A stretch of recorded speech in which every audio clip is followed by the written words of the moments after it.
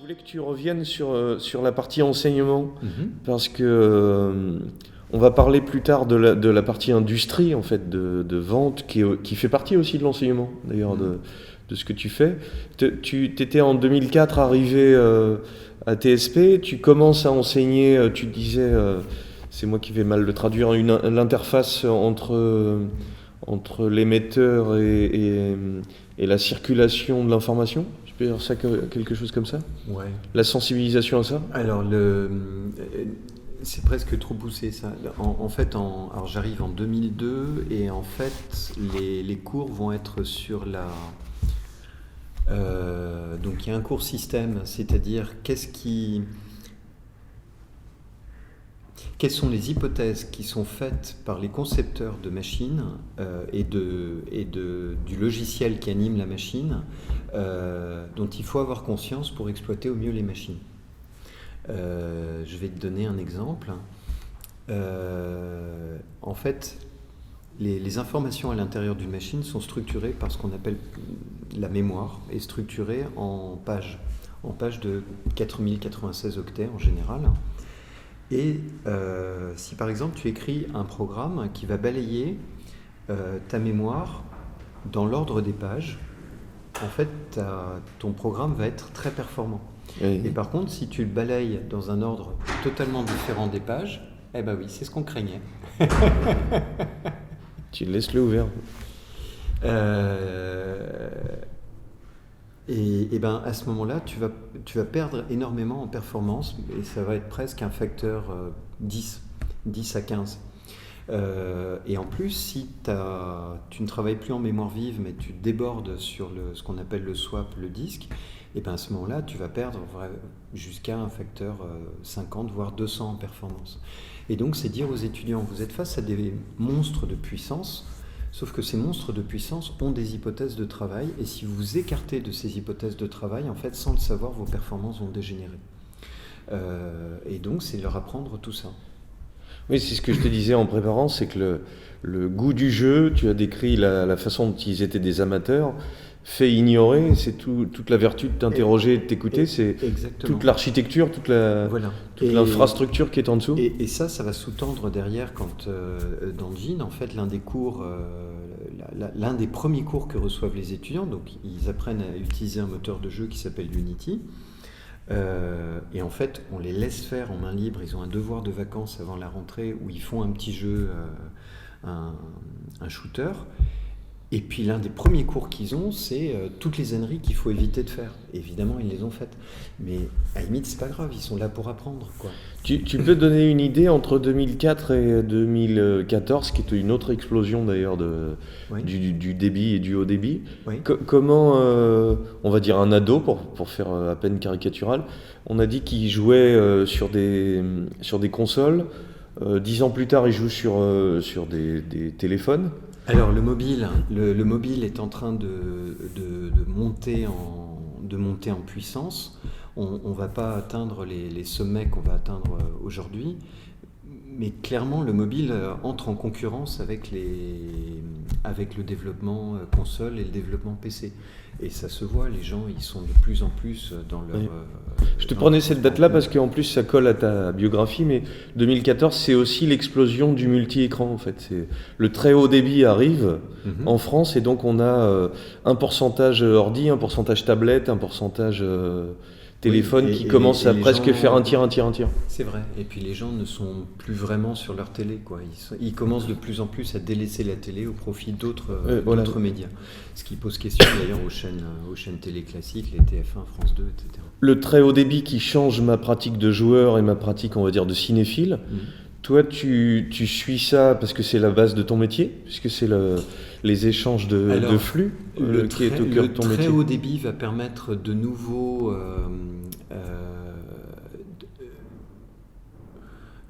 modes. Alors, il va y avoir de nouveaux modes de jeu, mais surtout des nouveaux modes de distribution de jeux. C'est-à-dire que là où avant, les jeux, on les achetait avec des galettes, en fait, avec des CD ou des DVD, des ROM. En fait, au bout d'un moment, les gens se mettent à télécharger le jeu, et c'est leur jeu, et c'est l'avènement des Steam et autres. Oui. Côté mobile, c'est l'avènement Alors, il y a quand même une très grosse nouveauté qui a été apportée par Apple, et là aujourd'hui, c'est complètement intégré à la société, c'est tout ce qui est les stores, l'App Store. Il faut voir qu'avant, le modèle économique, en fait, était extrêmement désavantageux pour les développeurs. Apple arrive avec son App Store et dit « Ok, vous commercialisez vos jeux, bon, il y a certaines règles à respecter. Vous avez un forfait, alors côté Apple, ça doit être 200 € à payer au départ, ou $200, à payer pour développer des choses chez nous, et puis après, vous mettez sur le store. On vérifie un certain nombre de règles, et puis vous n'avez plus à payer que 30%. Nous, on va garder 30% de vos ventes, mais vous, ça fait 66% des ventes. Tu fais disparaître l'éditeur du jeu, en fait, le diffuseur.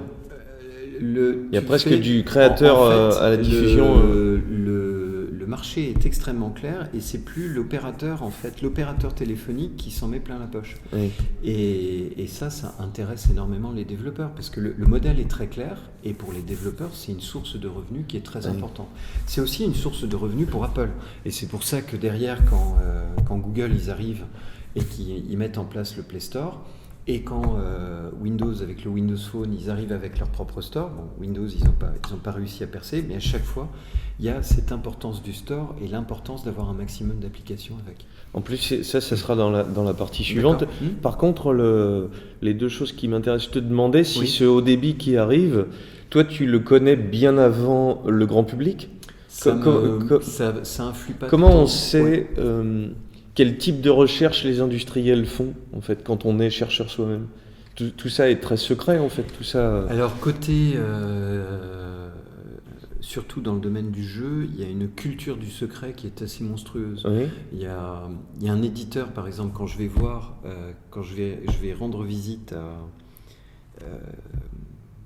c'est arrivé encore récemment, un stagiaire, il y a un étudiant en jean qui fait son stage là-bas, je vais voir l'étudiant pour la visite de mi-stage, je dois signer un non-disclosure agreement pour promettre que je ne dévoilerai rien de ce qui aurait été dit pendant l'entretien de stage, voire même dans le rapport de stage. Il y a une culture du secret qui est assez forte. Donc elle vient du monde industriel ou elle a une petite touche de geek par-dessus elle vient clairement du monde du jeu. Oui, le jeu est très... C'était pas aussi fort chez Alcatel ? Ah non, pas du tout. Pas du tout. Alors que là, c'est limite paranoïaque. Et en même temps, quand on est dans ce monde-là, on connaît un certain nombre de choses en fait qui... Oui.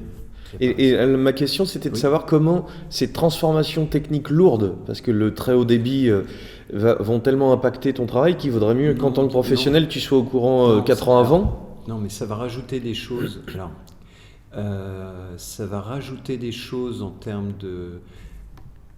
Ça va rajouter des possibilités, mais les problèmes de fond, j'aurais envie de dire, restent les mêmes. Peut-être qu'on va augmenter...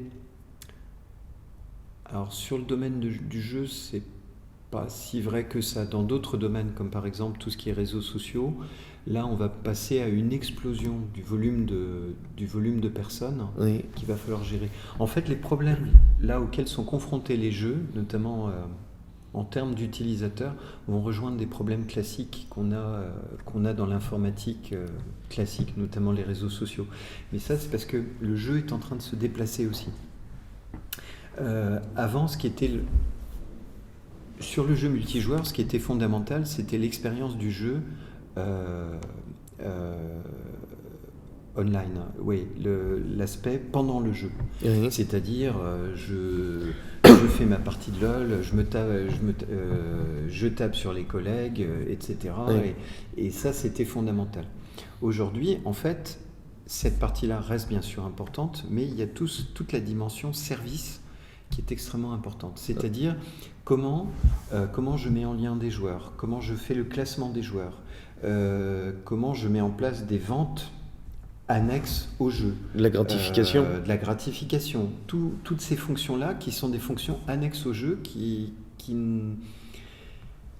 avant étaient moins importantes. Avant, c'était juste, on va jouer ensemble, et puis il faut que ça se passe le mieux possible. Ah oui, mais au fait, pour jouer. Et maintenant, c'est au fait, pour jouer ensemble, ça c'est acquis, il faut toute une couche toute une couche qui va accompagner le joueur dans Puis dans j'allais son te dire que expérience de jeu. la couche qui est nouvelle, c'est très individualiste.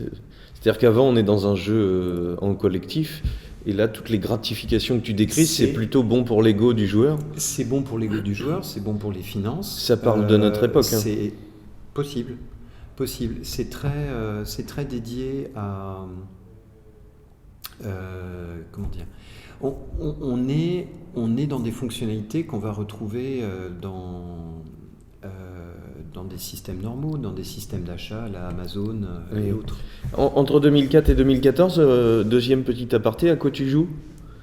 Ou à quoi Alors, jouent tes étudiants? Puisque 10 ans de jeux vidéo, c'est quand même c'est immense Alors, sur cette histoire. à Ils quoi- jouent à quoi peu je joue sur téléphone?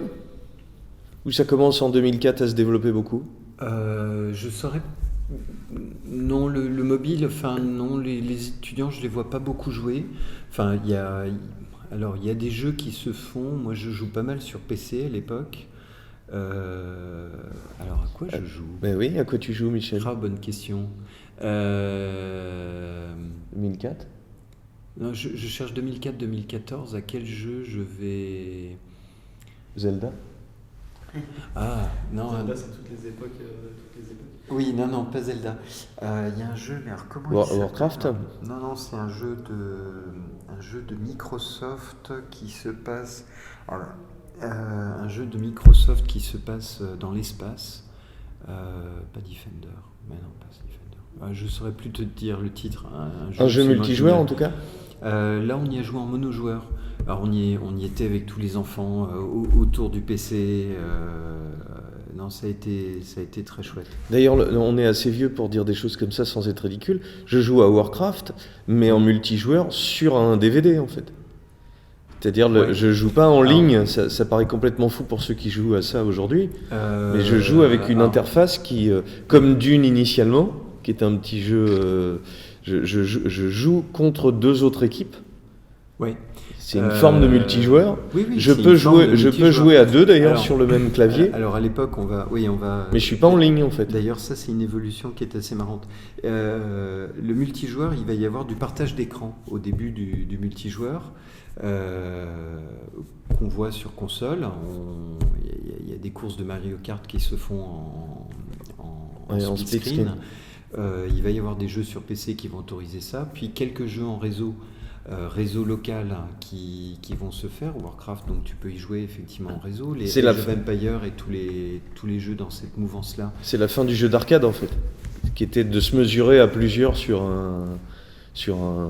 deux machines côte à côte, où chacun a Ouais. son tour, tu vois. Ouais, où chacun son tour. Parce que ouais, Mario ouais. Kart, tu joues chacun ton tour et On c'est est une sorte de limité par défi. les possibilités techniques à l'époque. Oui. Et puis le réseau devient de plus en plus... l'accès au réseau devient de plus en plus facile. Je me souviens dans la maison dans laquelle on a emménagé, en fait les gens ils avaient installé des câbles réseau pour pouvoir jouer en multijoueur. Et puis c'est l'époque où le Wi-Fi est en train de complètement exploser. Enfin, tout ce qui est Wi-Fi, accès... le réseau se banalise dans une maison, quoi. Oui. Même aujourd'hui, les appartements ou les maisons, ils sont équipés de prises réseau déjà, quoi. En plus des prises Oui. électriques, c'est assez incroyable. T'es plutôt vers 2010 là. Ouais, Et on cette commence- explosion dont je parlais en 2014 de multi-écran en fait. On a Alors, envie de passer et- d'un écran à un autre. Et le multi-écran, où on passe d'un écran à l'autre. Alors, il y a... Mais ce que je te Oui. demandais, c'était Oui. comment ce multijoueur en fermé, sur un réseau fermé quand je joue à Warcraft sur un DVD, va passer tout doucement sur un multijoueur en ligne en fait. C'est ces Comment années-là ça va en se fait. passer Ce sont ces années-là, le débit devient meilleur, surtout le débit devient gratuit. Enfin, la data devient gratuite, c'est-à-dire qu'on paye un forfait de 30 € par mois, et puis pouf, on a un accès illimité aux données. Et même sur mobile, ça commence à bouger, c'est-à-dire qu'on commence à avoir des forfaits illimités. D'accord. On quitte cette époque vous avez 2 heures de communication pour passer à un forfait voix illimitée, voire data. Alors maintenant, on est à 50 gigas, ce qui est déjà fabuleux, quoi, en fait. Alors, ce qui me faisait te demander Ouais. ça, c'est qu'en 2004, quand tu fais un cours, et en 2019, quand tu dis de fabriquer un jeu, Oui. mais il y a deux questions. C'est quels outils ont les étudiants pour fabriquer un jeu entre 2004 et 2014 ? Alors 2004... Ils codent ? Je n'en ai aucune idée vraiment. 2004, on est sur du code...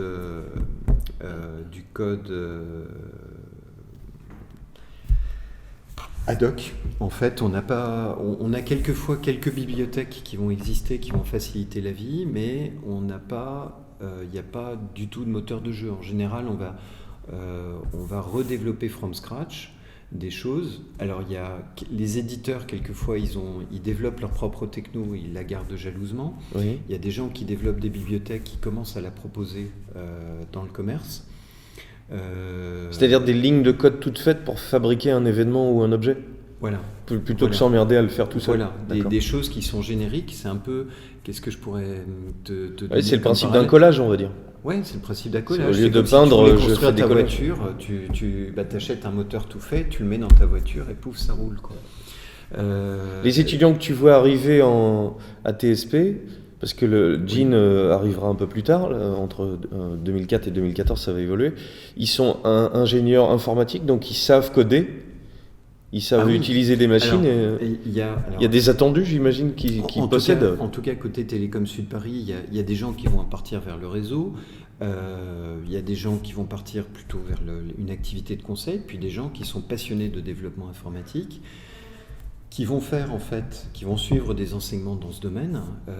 À l'époque, Télécom Sud Paris, on a une option qui s'appelle architecte de services répartis, dont le mot signifie bien et bien signifiant, c'est vous allez développer des applications qui vont être réparties sur plein d'ordinateurs différents. D'accord. Cette option existe toujours parce que les technos évoluent, les besoins en termes de volume grandissent à chaque fois, c'est assez impressionnant.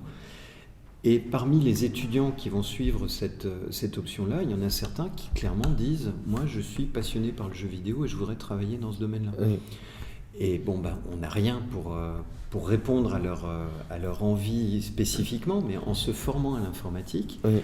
En fait, ils peuvent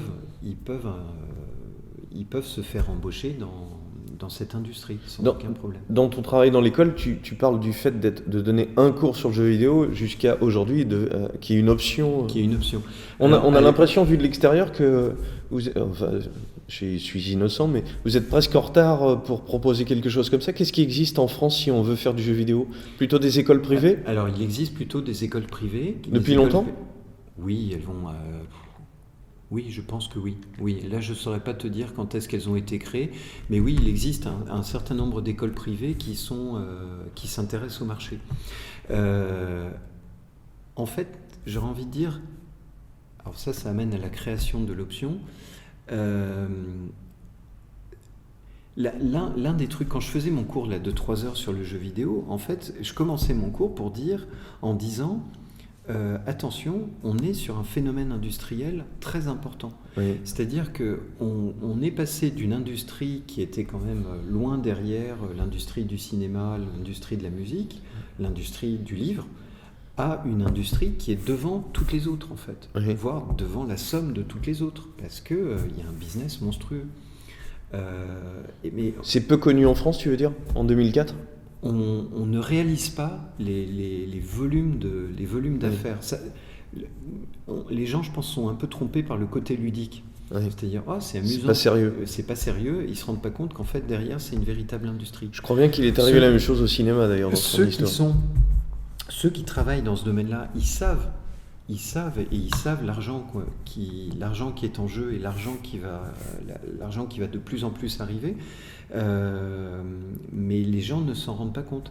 Et en fait, quand là maintenant on va tenir un stand à Paris Games Week, c'est l'un des points que j'aborde régulièrement face à des parents qui sont inquiets, de leur dire mais non, en fait c'est une véritable industrie. Oui. Et alors comment mon hypothèse que tu dis oui. Que tu connais moins l'enseignement privé, oui. C'est que on est dans des développements plutôt par des boîtes. Le jeu vidéo s'est développé plutôt par des boîtes privées en France que par des grands systèmes comme les télécoms. C'est pas la recherche publique qui a développé ça. Non. Et donc c'est peut-être ce qui fait que les écoles privées, tu vois, il y a une recherche à petite échelle sur des boîtes privées qui génèrent de l'argent, qui va sans doute faire le même modèle pour une école. Et donc les grandes écoles nationales mettent un peu de temps à réaliser quelque chose comme ça. Ce qui se passe, c'est ça qui explique le retard. Elles sont en retard.